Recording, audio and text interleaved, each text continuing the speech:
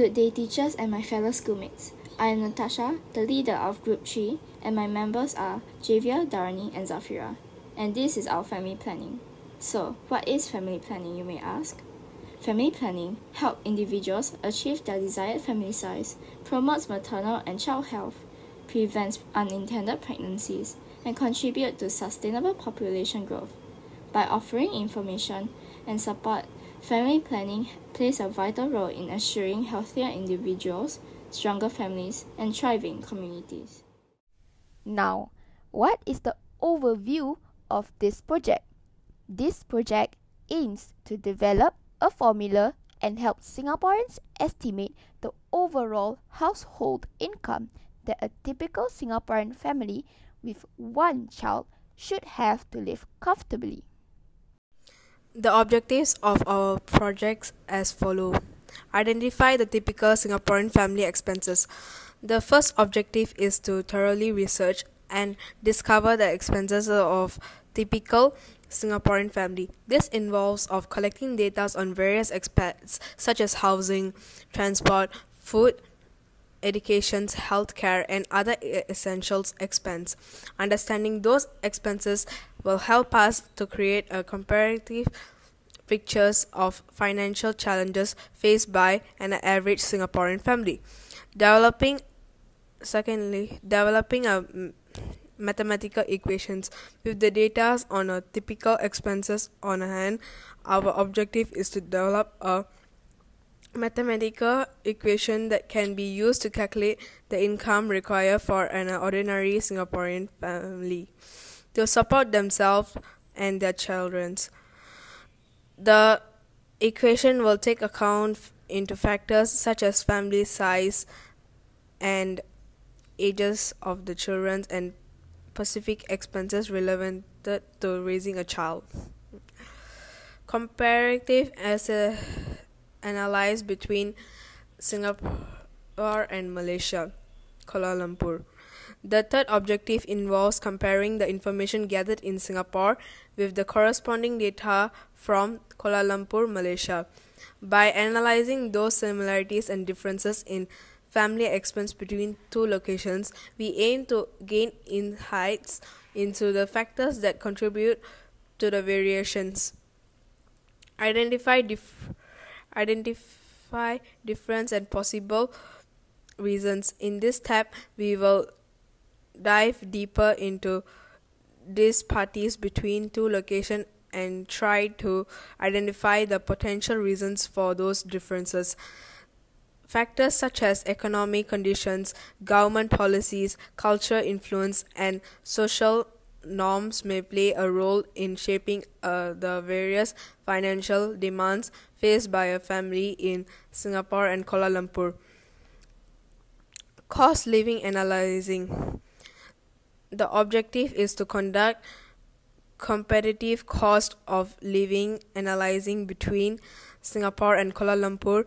We will consider the factors like housing costs, education expense, healthcare affordability, and other aspects of day-to-day life. By comparing the pros and cons of each location, we determine which aspects to make one location more advantageous or desirable for families in terms of financial stability and overall being. By achieving these objectives, we aim to provide valuable insights into the financial reality of families in Singapore, the income needed to support a child, and the differences between Singapore and Kuala Lumpur. This knowledge can be beneficial for policymakers and individuals and organizations seeking to understand the financial challenges faced by families and making informed decisions about the financial planning and formulation. To begin with, we have the procedure. We need to understand our selected task.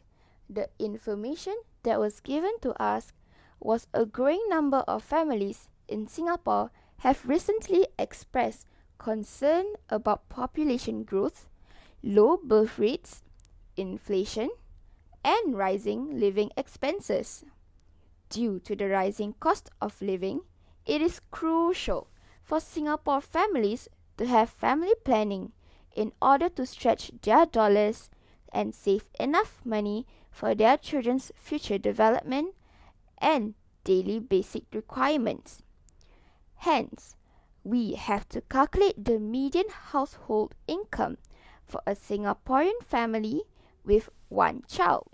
From the information that was given to us, the information we need are family vacation, insurance, savings, groceries, bills, clothing, expenses on special events, the child's enrichment programs, school fee, providing for grandparents, tuition, and daily allowance are required to accomplish this task. We conducted surveys to support the choice of our data, 60% being the most votes for number of children, 45% with the most votes of monthly earnings, and 65% for daily expenses, and another 65% being the most votes for saving monthly. These are our assumptions to simplify the problem. Assume that all Singaporean families have a consistent family size of 2 adults and a child that stays in a 4-room HDB flat.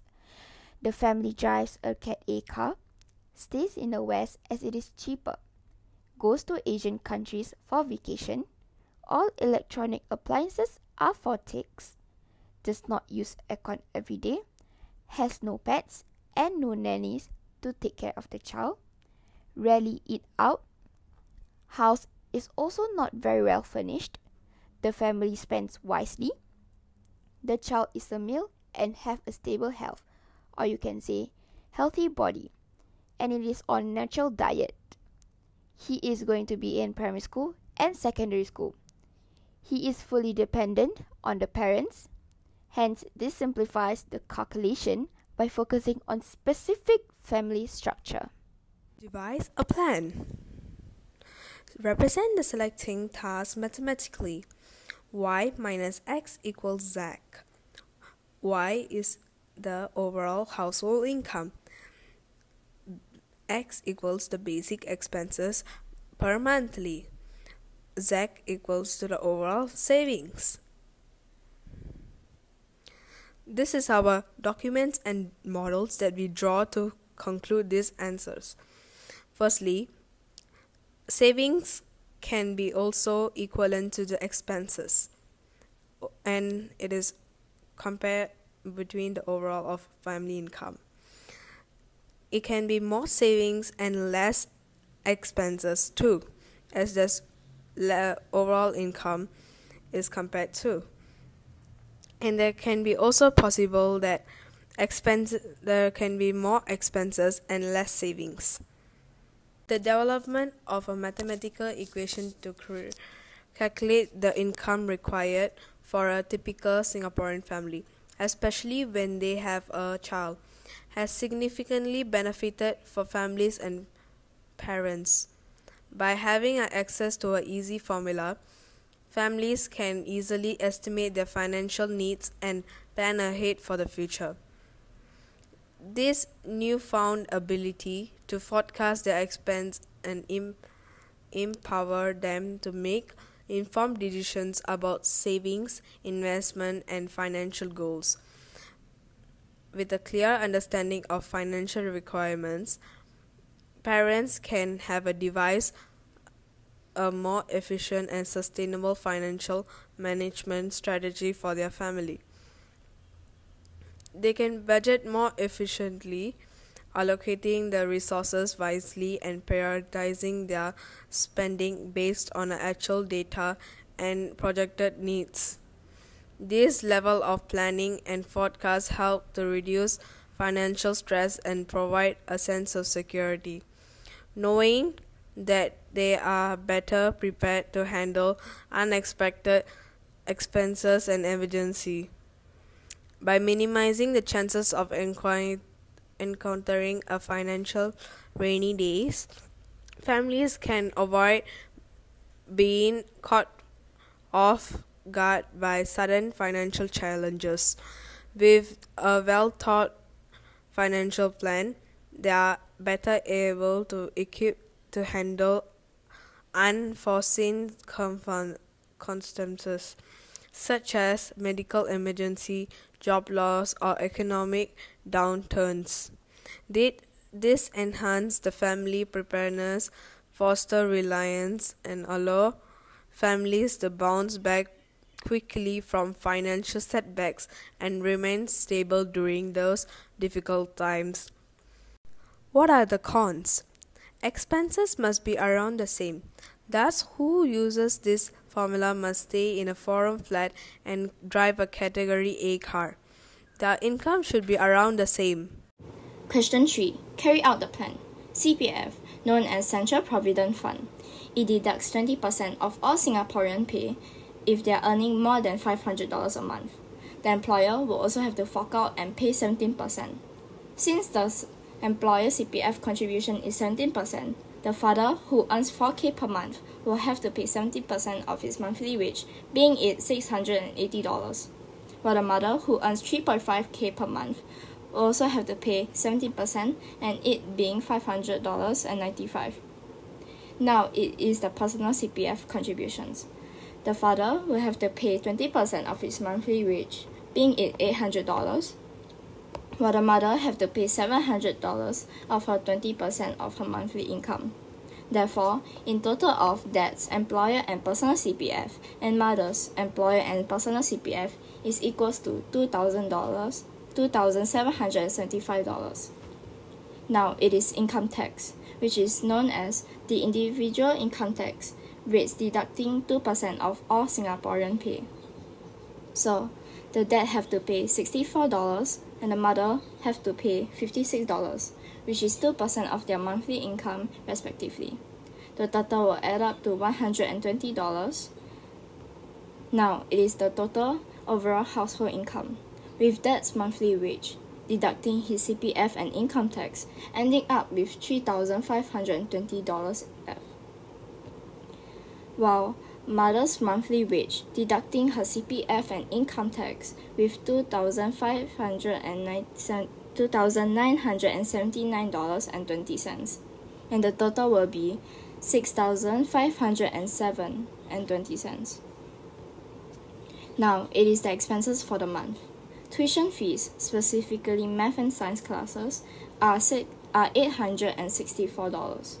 Groceries and going out to eat twice a month is $500. School fees being it $14, water and electricity bills are $135, Wi-Fi bills $54.48. Phone bills being it for all three people, mother, father and the kid, being it $156. Home installment, including CPF, will be $2,600. Car bills is $626. Allowance for the kid is $150. Daily miscellaneous is $250.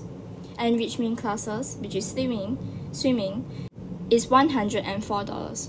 Providing for grandparents is $150.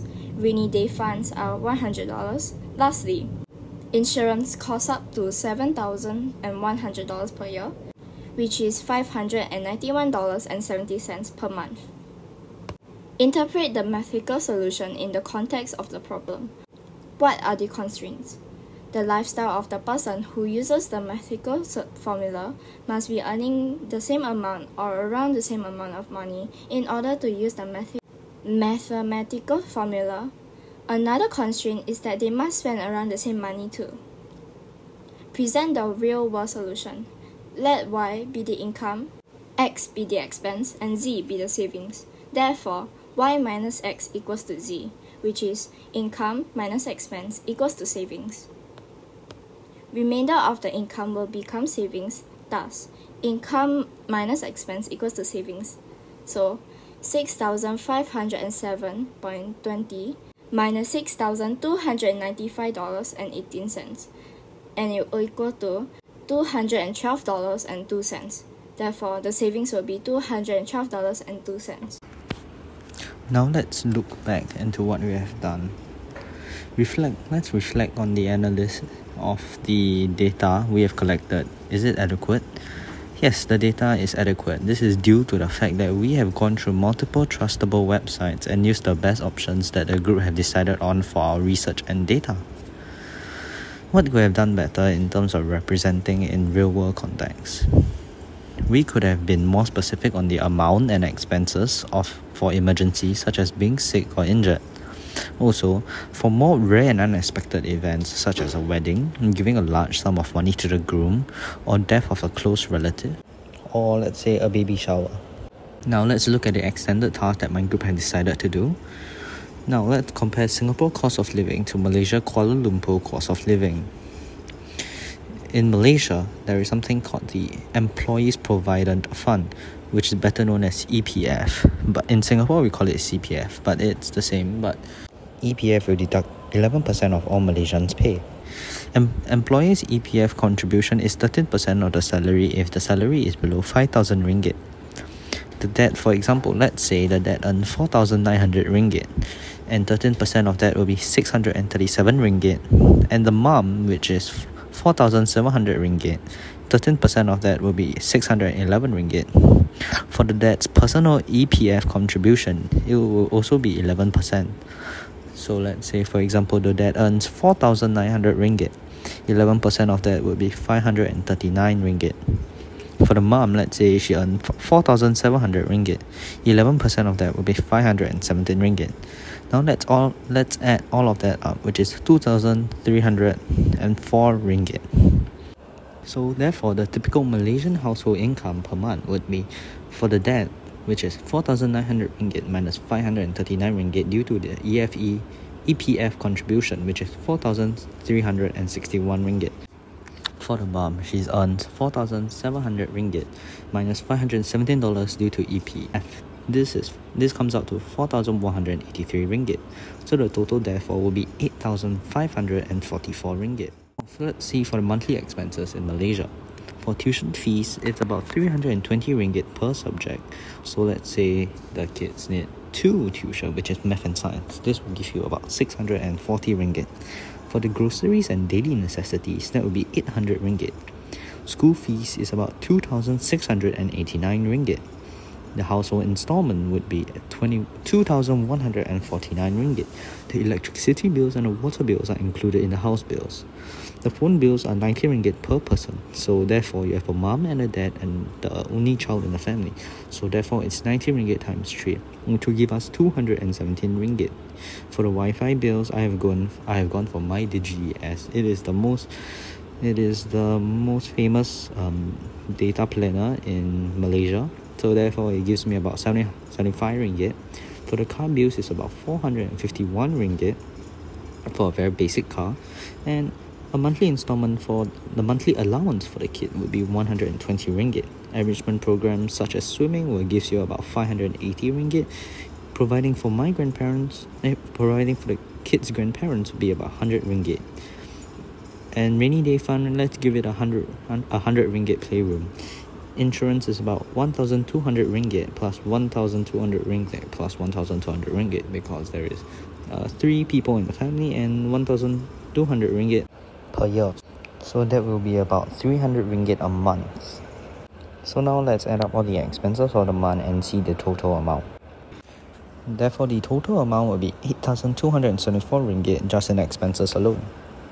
So the remaining of the income will be savings. Thus, income minus expense will be savings. The total amount that I have reflected upon just now will be 8,544 ringgit. And minus 8,274 ringgit for the expenses that were said just now, were listed down just now, will be 270 ringgit. Therefore, savings will be 270 ringgit. Let's compare and contrast the data that we have found for Singapore and Malaysia, Kuala Lumpur. What I have found out is that staying in Malaysia or Singapore have its own pros and cons. Example, in Malaysia, many things looks cheaper, but they are not, as there are no government subsidy. But in Singapore, many things are expensive. However, the Singapore government do give us subsidies and vouchers to use. Therefore, one of the really good examples of the voucher that the Singapore government gave us would be the CDC voucher, as it can be paid for our groceries and our food. Another good example in Singapore is schooling. Most of the schooling amount paid per month is subsidized by the government. Therefore, in Singapore, we have paid very little sum. But as you can see in the data given just now, in Malaysia, it's not the education system is not subsidized by the government. Therefore, the prices of going to school are very expensive. Lastly, another good example is that living in Malaysia is cheaper because the cars are cheaper, the houses are cheaper, but in contrast, Singapore housing and cars, it's very expensive on the other hand, as we have something called the COE, but the Malaysian government do not. And what are the possible reasons for the difference? Some possible reasons for the difference is the pay gap in Singapore compared to Malaysia. Average pay in a typical Singapore household income is about $9,000. However, in Malaysia, it's 700,000. It's 7,000 to 800 ringgit. Thus, some things in Malaysia would be cheaper than compared in Singapore. Another reason for the difference is that the amount that the government collects from taxes is very different. In Singapore, they collect a very hefty amount for taxes, but in Malaysia, they just get a handful of taxes. They do not really have so much GST percentage in Malaysia than compared in Singapore. This is our summary that the group has. Everybody has forked in to give maybe 1 to 2 sentences in the summary. So after this project, we have found out that estimated overall household income that a typical Singaporean family with one kid should have $6,500 after CPS and income tax per month, which is a dual income. We have also put in consideration about CPF, income tax, and unthinkable expenses. Living in Singapore is more preferable to living in Malaysia because many expenses here are covered by the government, but in Malaysia it's not. In addition, as the data indicates, Singapore have a lower cost of living than in Malaysia. This demonstrates that living in Singapore has more benefits than drawbacks. The next 2 slides are links available for all our data found in this project. And thank you for listening to our group project, and hope you have a heavenly day.